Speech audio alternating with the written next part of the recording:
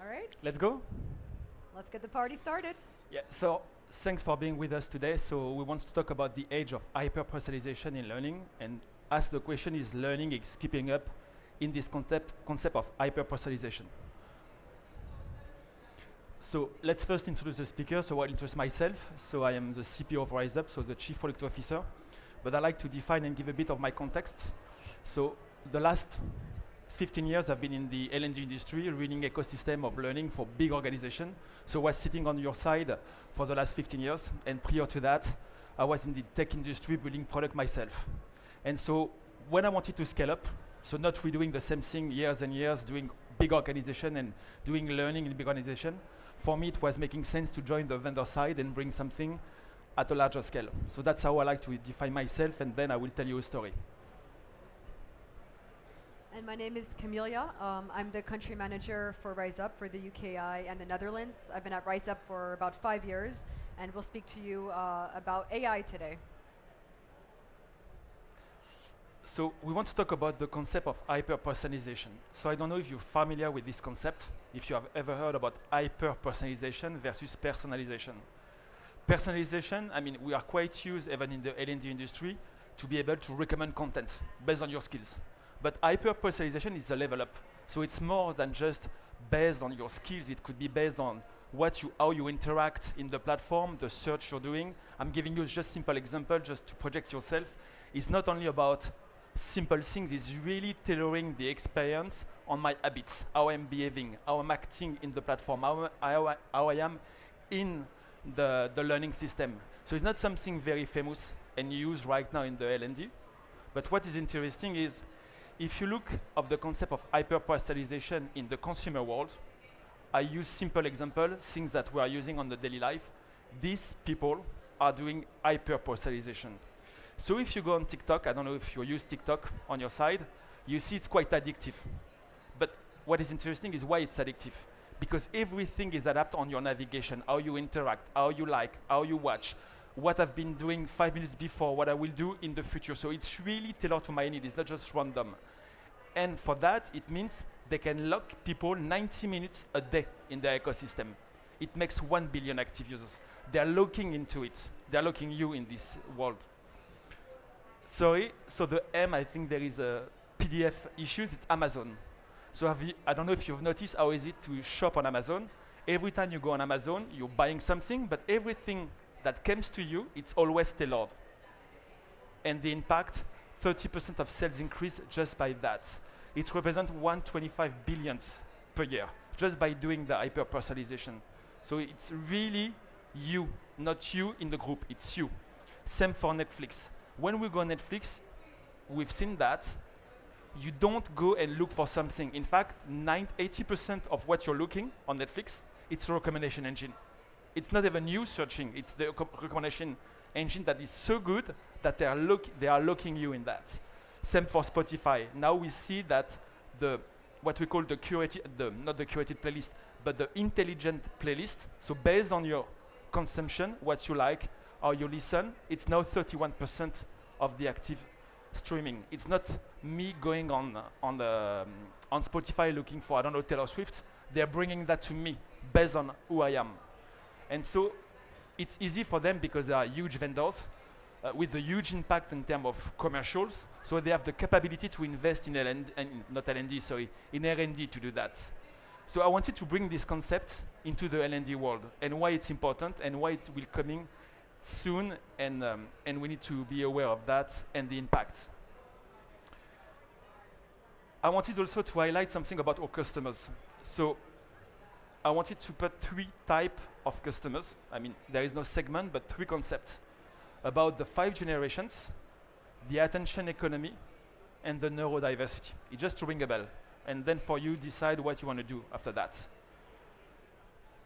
So I think you're quite familiar with the 5 generations. So what we call the baby boomers, the Gen X, the Gen Y, Gen Z, and Generation Alpha.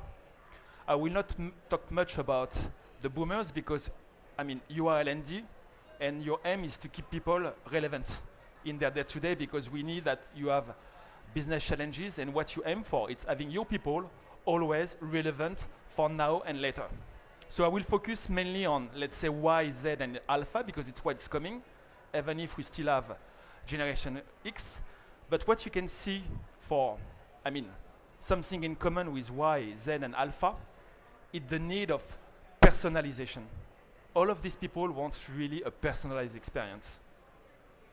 It rings the bells to you? Does it make sense? And this is the workforce of the future. So you see, it's not coming from me.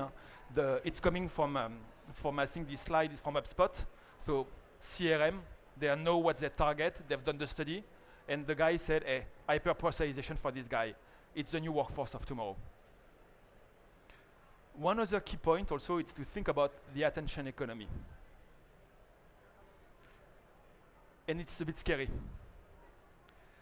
So now, I mean, for an adult, in 2015, they have seen that the attention time for an adult is 8 seconds.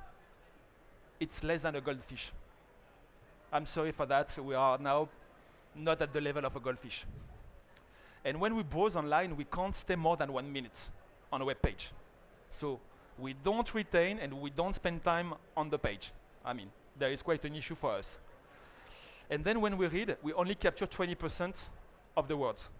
Again, I mean, changing. It was not like that when I was at school. And 10 to 15 minutes for student attention for lectures. I mean, we see that we have an attention problem now. And again, in this attention economy, I don't know if all of you have mobile, so I'm quite happy nobody's watching his mobile, so it seems that I'm doing my job properly, but usually you're using your mobile 150 times a day. It's quite a lot. If you compare, it means that I think every 5 minutes, something like that. And the attention for an email is 11 seconds. So we have a huge attention problem. And then I wanted to bring something which is neurodiversity, which is becoming something quite prominent in the society. We have 1.6 billion people that are neurodiverse. 1/7 of them are in the UK. I don't know if you know about that, about I mean, this concept. And I will give you an example. I mean, there is a study from Deloitte that said they can improve the productivity by 30%. And I will share a personal example. My kids are like that. One has dyslexia, the other one has dyslexia, ADHD, and some autism spectrum. And what I've seen is quite, and how I figure out about that, and why it could be a threat, it's one of my kids at 5 years old was using my Lego for adults and doing it in 2 hours. 5 years, Lego for 18 years. And now we are playing games. You know, these games, you need to solve problems. You know, I don't know why I say that. Sometimes I can spend 2 hours to try to find it, and they're doing that in 5 minutes. So they have a specific trend, these people. I'm just thinking about them as an asset. And why it's also interesting to look at these people for workforce, because in the business challenges, when you have AI, we need to have new assets. And for us, I mean, for you, L&D, you need to have the best asset for the company. I really like this slide because, I mean, not the left one because I have adapted, but it's a slide on the right that I've used a lot of time. It's the pace of change. And it's even not a more accurate. This slide, I think, is 8 years old, the slide on the right, about the technology and how it's rapidly increasing. You see the curve? Huge. And it's even better now. I mean, increasing faster. When you look about AI, everything is changing every 6 months. The technology is getting at a point that it's extremely complex to follow. Individuals trying to catch up, that the first one after the geek who have the mastermind building these technologies, individuals start to empower them with these technologies. But we see a disconnect after that with the business. So for example, us or you as platform adopting this for your challenges. And then I'm not talking about public policy because I'm not sure even if we have an act on AI and I will use that at a world level, but there is a disconnect. And it's extremely important in the world we are living because the workforce of today will be different than the workforce of tomorrow. And we need to understand that. And we are at the moment where technology can also solve this problem for us. So we see a rapid tech evolution. We see a skill obsolescence. I don't want to talk about translators that was doing this job for years and years. I'm going on ChatGPT. I do my job almost an accuracy of 99%. So in terms of skills to translating language, complex. Same for people building movies, images. Now the AI is transforming everything. So meaning these skills will change, and I'm not talking about the next skills that will also change. So we are at a moment that it's even more challenging than it was 2 or 3 years ago when we were talking about the rapid change of skills. It's even faster. And so how can L&D fill the gap of that?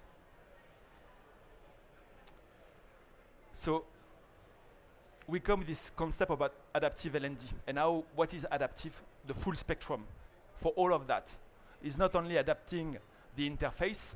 Of course, I want to get the content adapted to me, but I want also the interface. I want to behave, I want to act in a platform that is adapted to my need. That's the first element of the chain. Then the content, and you will see more and more vendors working on that, adapting the content based on who you are, why I'm better at that, and I'm learning better at that. And then the modality, because everything is different. So some people were used to do text reading, but some people prefer podcasts, some people prefer videos. And what is interesting in where we are now is we will soon be capable to solve all these issues with the technologies that we have. It's not there yet, it's coming, but I want to ring the bell that all of that will be a reality in 2-3 years' time, and maybe faster than that. And by doing that, was it important? So it's a study that we've done, and we've seen that already when we do personalization in L&D, we improve the learner engagement by 93%. We see an increase of the knowledge retention by 76%. The accelerating time to skill, 37%, and improving ROI. And just by doing personalization. I don't have the answer yet about hyper-personalization, how it will change the game and what we'll bring in 2 years with new figures, but I wanted you to highlight and tell you this story. So now I want to ask a question, and you can raise your hand. As L&D leaders in the room, how many of you are already using personalization in their L&D, in their training, to address the audience? Okay, 3, 4. I think still room for improvement, let's say. And now I'll give the floor to my colleague Camilla. You want to sit here? Yeah. Hi everybody, can you guys hear me okay? No. Great. So now we're going to talk about how to leverage AI to achieve that hyper-personalization. So a second question for you guys, which is how many people are actively using AI in their L&D programs? Okay, we got a couple, nice. So we recently did a survey with the CIPD, and we found that actually the reasons why there are some barriers in regards to AI is mainly because of the lack of understanding and knowledge about AI. So we're noticing that 71% of people are a little bit afraid to implement L&D AI strategies in their learning and development because of this lack of understanding. So how do you get started with AI in L&D? What are the first steps to take? So firstly, it's aligning with business goals. So instead of being maybe focused with yourself, your own AI programs, it's important to understand how is that relevant to the rest of the business. So essentially this means working with different departments, understanding are they even using the same software tools as my department? What kind of systems do they have in place? Are they even ready to use AI? And so it's basically how do we reach an ROI by utilizing AI as a group? Secondly, it's adopting a learner-centric approach. So it's important for the business to understand not just how a couple administrators are using some AI things for X, Y, or Z, but how can that actually impact the full organization, so your total scope of learners? And how do you measure those outcomes? So today you are able to track AI usage in tools. There are tracking systems, so you can actually see how AI can have an impact in your organization. And you can see, for example, okay, when I'm creating new job roles, what part should AI be a part of that? What manual tasks maybe can AI cover? And how does that foster agility? So develop behaviors that enable quick adaptation to AI-driven changes. So that could potentially mean explaining to your new starters, we've implemented some AI strategies. What are those strategies, and how do you feel about AI as well? So we're going to suggest basically 3 simple ways to move forward with AI. So the first one is the user assessment. So essentially, everybody has a different, a different knowledge when it comes to tech. So we all, work in learning. We all work in L&D. We can fully understand that different people have different experiences with that tech, and tech like AI, it's basically going back to those pain points. So maybe doing an internal survey, speaking with your coworkers, understanding each other's knowledge to see where should we start implementing this AI. A nice way to start, what we have found with our client base, is with authoring tools. So essentially, when you're creating content, a lot of people who are valuable for that content creation are subject matter experts.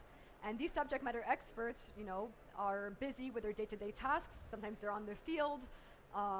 They have their everyday work to do. So how do you get those people involved in the content creation? And thanks to AI in authoring tools, these SMEs are now able to inject like a video, a PowerPoint, or a PDF into AI authoring tools to develop nice content quickly without taking too much time. So essentially, you are able to have the SME expertise, the subject matter experts, in the course creation. And that content can be translated into multiple languages. So now AI is even used for translating content, translating platforms. So essentially, it should make a lot of tasks much easier.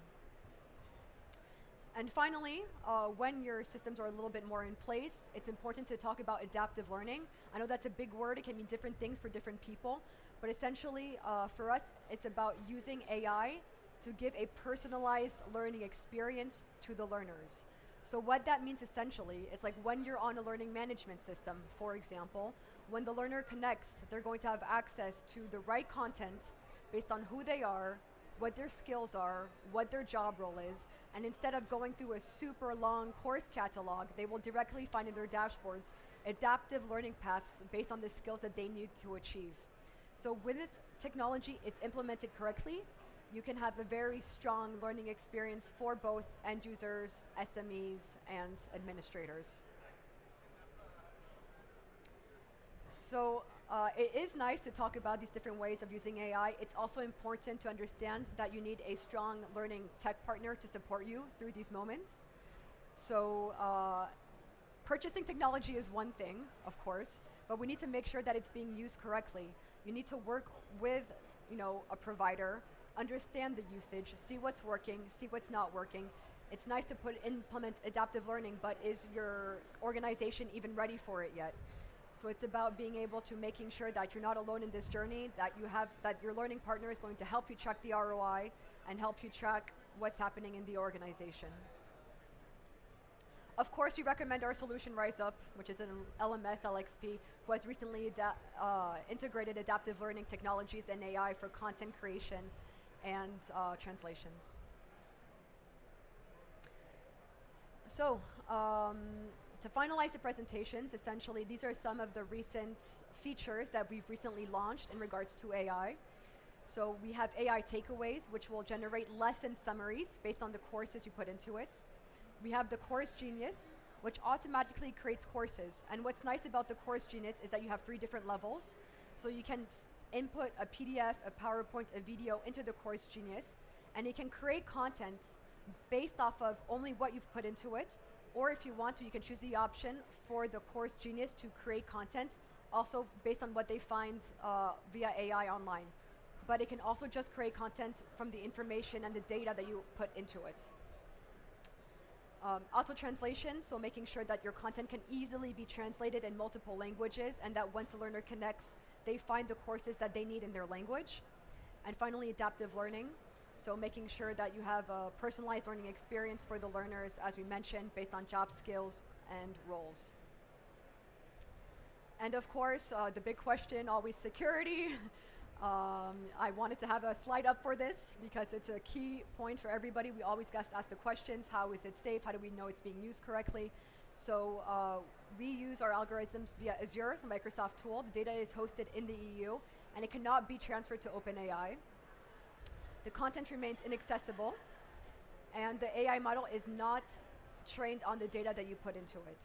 So again, it is important to talk about this, and if you do have more questions, You can come visit us to talk about personalization, to talk about AI at the stand C25, and we'd be happy to give you a more detailed demonstration or overview. And from that, we'd be happy to take any questions that you guys may have. Thank you. Thank you. Big crowd today. Any questions?